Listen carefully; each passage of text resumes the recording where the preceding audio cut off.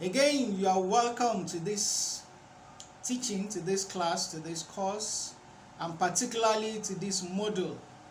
We have been talking about emotional intelligence for optimum performance or for peak performance.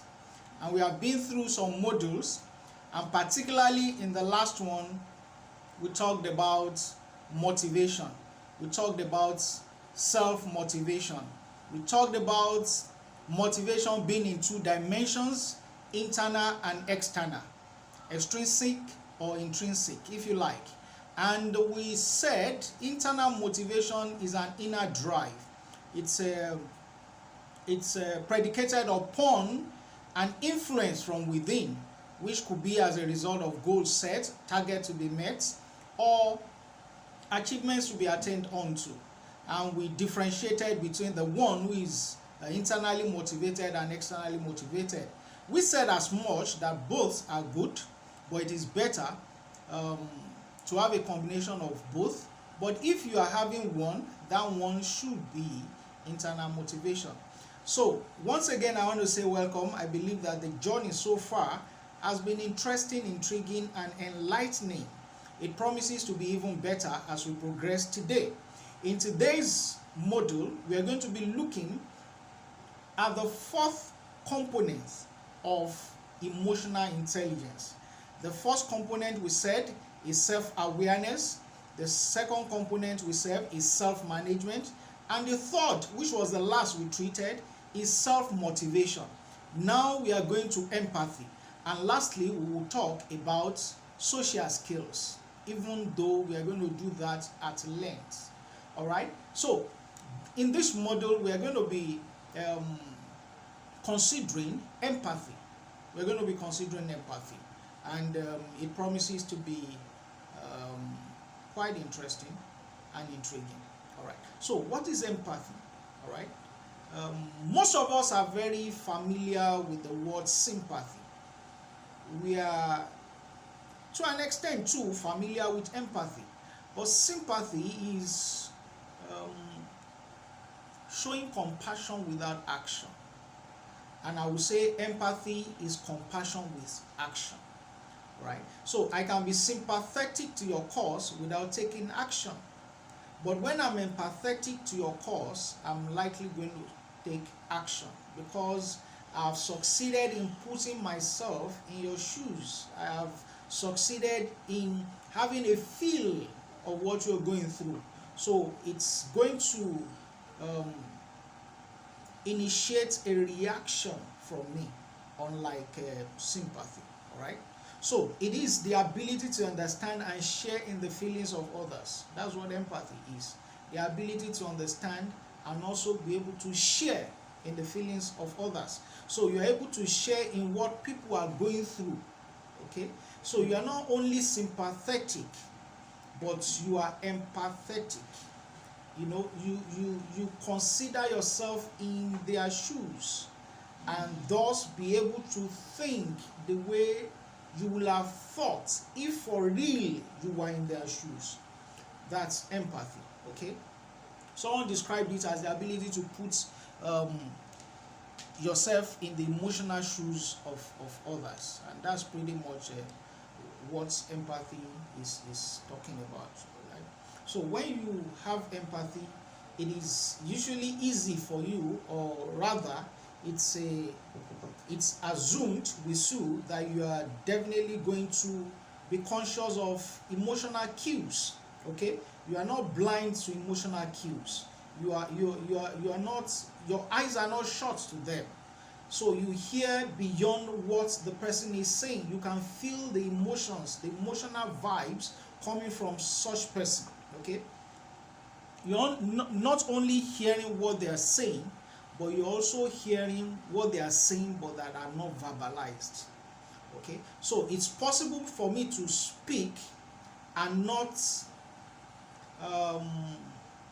verbalize what I'm saying, and of course through my cues. Okay, if you are asking someone, how are you, and he's saying, I'm fine, the person keeps sighing while he's saying he's fine. There is an utterance which which is the verbal alteration. I'm fine. But you don't only listen to that, you don't only hear that. You also hear the sigh, the way he took a deep breath and exhale. You know, more like I'm troubled, but I need to put up a front. I need to answer you that I'm fine. But I go, I'm fine.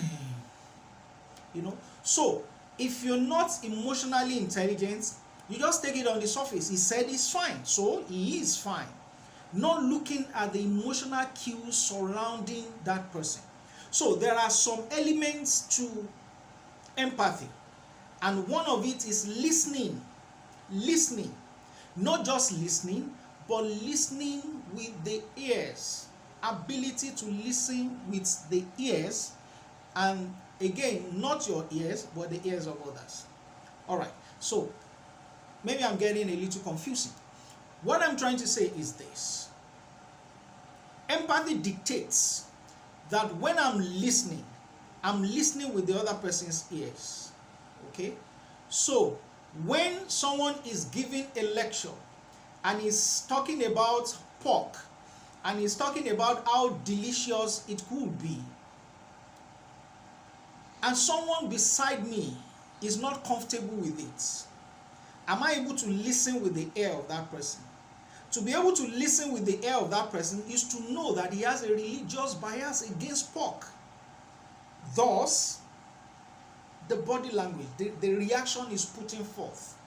So rather than wanting to chastise or castigate that person, I want to listen with his ears. He was actually listening with the spiritual ears, with the biased spiritual ears, okay, which told him that in this religion we don't eat pork. So when that person was talking about pork, he was not just listening to what that person was saying, he was listening with his spiritual ears. So for me, who is not in that conversation, I should be able to hear with his ears. All right. So this is what one of the things it entails to be empathetic towards the cause of others. You should be able to feel with the heartbeat of others. All right. You should be able to feel with the heartbeat of others. So, for example, I'm praising a particular politician, and I'm saying this politician is about the best thing that have ever happened to us in this climb. And the other person is of the opinion that this person is a terrible man or woman. For me to listen with his heart is to know that one of the policies that the certain politician made crumbled his business, or one of the policies he made crumbled the family business, or on the account of a certain policy he had to leave his ancestral home and relocate to another place to continue working. So there was a distance between him and his family which he was not finding interesting. So for that reason, he thinks differently. He is listening differently. He's feeling differently. So for me to express empathy, I should be able to think, okay? I should be able to feel with his heart. So empathy is saying we should be able to feel with the heart of others. We should be able to listen with the ears of others. We should be able to see with the eyes of others. We should be able to communicate empathically with others. All right. So when I'm able to listen with your ears, I'm able to see with your eyes, I'm able to feel with your heart, then my communication will be with empathy. All right.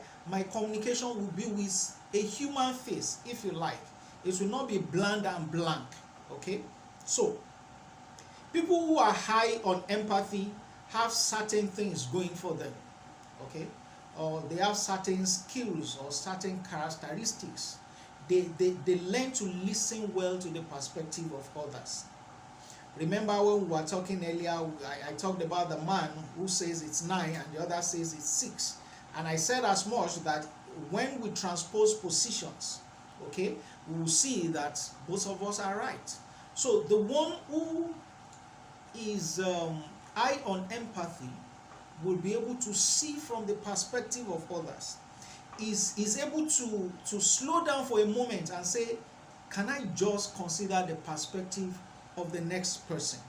All right, he's not carried away in his own perspective and say, no, I am the only one who has the right perspective. No, the one who is high on empathy tends to listen to the perspective of others, is good at developing other people. All right, because one, that singular act endears him to others. People are willing to open up more to him or her, and is able to infuse himself into others. He's able to build other people up in whatever aspect of life that he wants his influence to come to bear on them. So as a boss, he's able to grow other leaders, other bosses. His life is service oriented, because it takes someone who is ready to give into serving others, that shows empathy. All right, sympathy is more like, I can see what you're going through, but I'm not ready to have a feel of it. Right? I think that's the best way I can put it. While empathy is saying, I can see what you're going through, and I want to be in it with you. I want to see how it feels. Okay? So the one who is high on empathy is able to listen well, is able to build others, his life is service oriented, and is, he builds respect and is able to relate with different kinds of people. So for me, if I cannot show empathy, if you are of an opposed or a different religion to mine, I won't be able to relate with you, at least not well enough. Okay, I won't be able to relate well with you. All right, if you have a different political opinion, I won't be able to relate well with you. Okay, if your gross background is different from mine, I may not be able to relate with you. Okay, but for the one who is high on empathy, is willing and also able to relate with diverse categories of people. Okay, is able to relate with people's moods and non-verbal cues, because he's high on empathy. That's the kind of person who will tell someone, I haven't told him that, hey, I'm good. Say, I think you are no good. I think something is not just in place. You want to share? So they're able to see, okay, with other people's eyes, they're able to see emotional cues that people are almost blinded to, because they operate empathically. All right, they have high dose of empathy, so they're able to accurately read people's moods and be able to read their emotional cues. All right, so this same set of people still have other things going for them. They are thus willing to help others based on their assessment and understanding of the moods, the needs, and the feelings of such people, because they've been able to identify it, they know it. So having known it, having identified it, they are willing, they are able, okay, maybe I should use the word able. They now have the ability to help such people in whatever instance they find themselves. So it's like someone who is bereaved, the one who has high dose of empathy will put himself in the shoes of that person, and to help in this instance might just be the word of advice, might be the word of encouragement. So because he has put himself in the shoes of this person, he has decided to see with his eyes, he has decided to hear with his ears, he has decided to comprehend, to feel with his heart. Therefore, he is able to offer genuine advice or encouragement based from the place of similarity. Is not trying to advise or encourage that person from outside the situation, but he has already situated himself in that environment which that person is in, which is the environment of bereavement. So is able to come up with encouragement that are timely, that are suited, that are heartfelt, that can connect with that person. The truth is, if we fake all these things, they are very discernible. People know when we fake it. People know when we are not actually connected with them or connected to them in what they are going through. So it's not enough to just offer the words of mouth. It is more about the genuineness of what we are offering. Okay? So how do you unlock these skills within you? This skill of empathy. The empathy, how do you unveil it? How do you unlock it? Because it's somewhere in there. First, you must learn to listen with attention. Learn to listen with attention. A lot of us talk without listening. And someone said, perhaps that's why we have 2 ears and 1 mouth, so that we listen more than we say. Everybody wants to talk, but not everybody wants to listen. For the one who wants to grow his empathic skill, he should be willing to be a better listener. Listening is an act, is a skill. You should learn to listen to people. All right? And there are a number of people out there who all they want is someone to listen to them. They just want a pair of listening ears. So he's been to several other people. As he's saying his, you are saying yours. That's not what he's looking for. He's looking for someone who can just listen. When people say, hear me out, just hear me out. And upon you listening to them, you're able to connect with them better. And in the act of listening, like I said, is an art. When you're listening to someone, you need to maintain an eye contact. I'm not saying you gaze into the eyes of the person. That could be awkward and very uncomfortable. But I'm saying, I want to assume that you're the one I'm listening to now. So if I'm listening to you and I'm doing like this and I'm saying I'm listening to you, or I'm looking up there and I'm looking away, roving eyes, that's what it's called.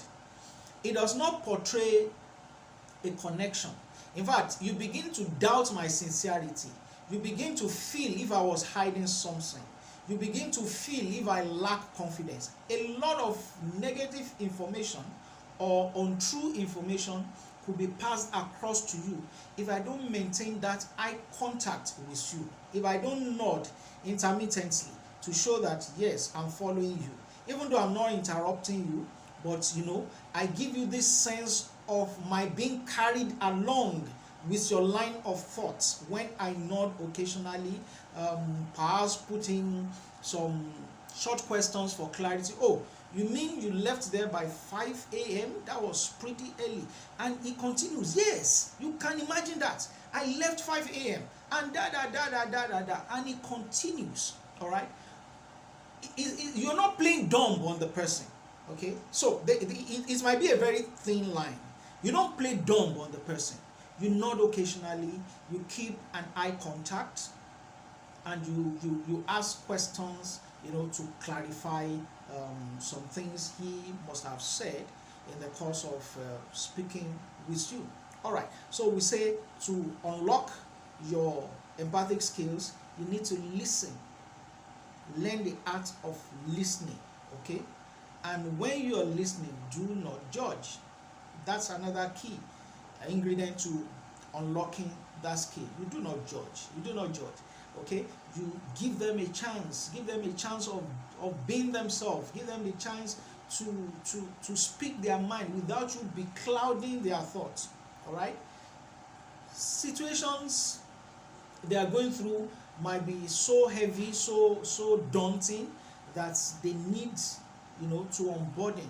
So it's not time to be judgmental. It's not time to begin to lay down rules or begin to apportion blames, what you did right or what you didn't do right. Even though that time may come in later, but at this point, listen to them, do not judge, and be ready to shift your perspective.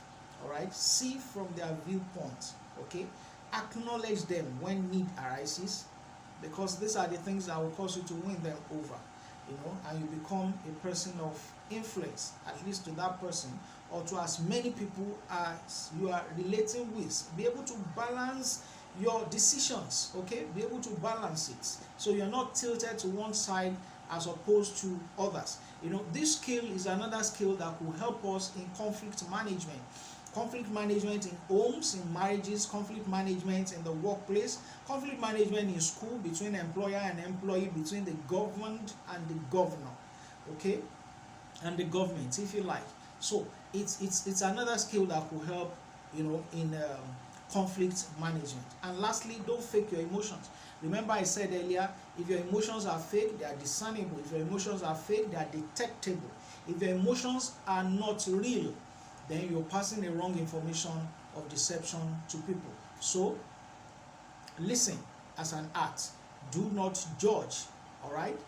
Then make sure you're not faking it, and be willing and ready to shift your perspective when the need arises. It's not like you're just sticking to this is the premeditated notion.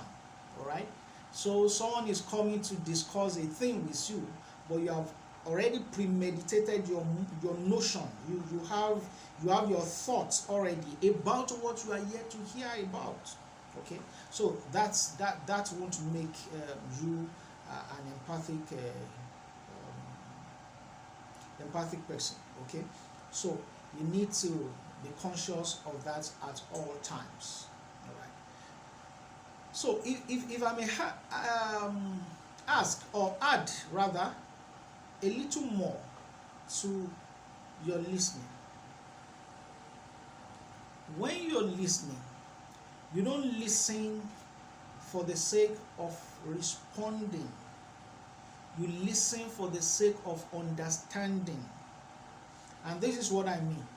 When you're communicating with me, what most of us do is that once someone is speaking to us, we're already thinking of how to respond to that person. So in that process of putting our thoughts together, in that process of trying to string our words together, we lose track, concrete track. You're still hearing him or her, but you lose concrete track of what that person is trying to pass across. So you listen because you want to understand. You don't listen because you want to respond or because you want to give a verdict. Okay, this is how to listen effectively. And as we progress, we'll still talk about communication, and in further details we will deal with all these elements. We'll deal with the distractions to effective communication. We'll talk about how to communicate right, and explain and dig further into all those. But before then, beneath this video you have your set of questions to check how far we are together in this course, to see how you're faring, just to test our knowledge. And I believe that you're enjoying this class so far. I look forward to seeing you in the next class, which promises to be even far more interesting. Then and there, we will be talking about social skills, and it's going to be life-changing. Thank you for your time. See you in the next module. Bye.